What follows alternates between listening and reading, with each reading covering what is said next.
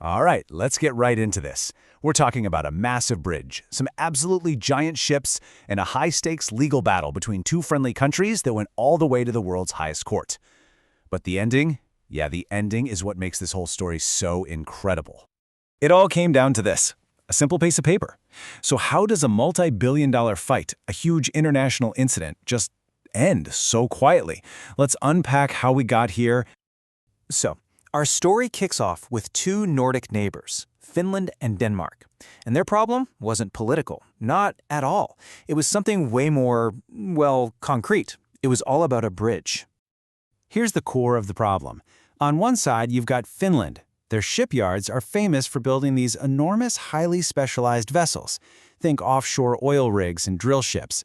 Now, to deliver these to their customers, they have to get them from the Baltic Sea out into the Atlantic. And on the other side, you've got Denmark, which was planning this huge national project to connect its islands with a bridge right across the Storebælt Strait, the exact same strait that happens to be Finland's only deep waterway out. And this right here, this was the sticking point: 65 meters. That was the maximum clearance height for Denmark's new bridge. The problem? Some of Finland's massive ships needed way more room than that. We're talking up to 170 meters high. A 65-meter-high bridge would literally trap Finland's biggest and most valuable products in the Baltic Sea, forever. So you see, this wasn't just about a logistical headache. Finland argued that Denmark's bridge violated a really fundamental part of international law, the right of free passage. This principle is a huge deal. It ensures that critical international waterways, like the Great Belt, stay open for everybody. And Finland's position was clear. This right applies to all of our vessels, no matter how tall they are. With talks going nowhere and construction about to start, Finland felt like its back was against the wall. So they took a pretty drastic step. They sued Denmark at the International Court of Justice, the ICJ, in The Hague. Now, what Finland asked the court for is really key here. They weren't just asking for money. They wanted a legal declaration. They basically said, confirm our right of passage for all our ships, rule that this bridge project is illegal as planned, and order Denmark to actually sit down and negotiate a real solution with us. But here's the most urgent part. Finland requested something called provisional measures. You can think of it as a legal emergency brake. They were asking the court to immediately order Denmark to stop any construction that would block the strait while the case was being decided. They needed to stop the cranes and the concrete mixers right now. Okay, this is where the tension really starts to ramp up. The entire future of the bridge and the case itself really hinged on what the court was going to do about this emergency request. So everyone was waiting. Was the court actually going to step in and freeze a country's massive national infrastructure project, or was it going to let Denmark keep building? The court said no. It refused to stop the construction. And at first glance, this looked like a huge win for Denmark and a total disaster for Finland. But you got to look at the court's reasoning, which was very, very specific. They weren't ruling on who was right or wrong in the long run. They just said there was no immediate emergency. Denmark had promised the court that no physical blockage would actually happen before late 1994.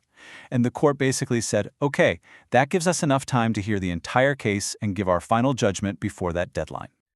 But this is where the real genius of the court's decision comes out, because hidden inside that no was an incredibly powerful message that completely changed the game.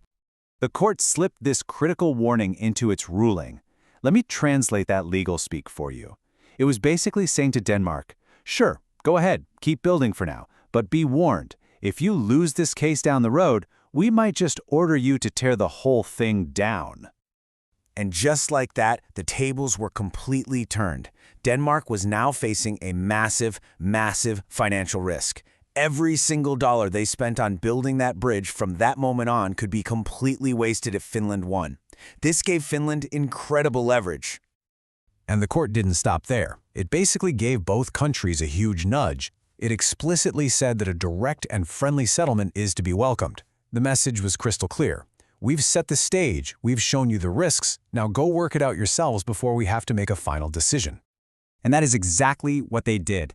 Which brings us full circle, right back to where we started, the quiet, almost anticlimactic end to this whole international drama.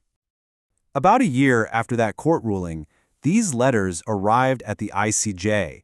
You can see how formal and understated the language is. There are no complex legal arguments, just simple notifications from both Finland and Denmark. Finland's letter gets straight to the point. A settlement has been reached.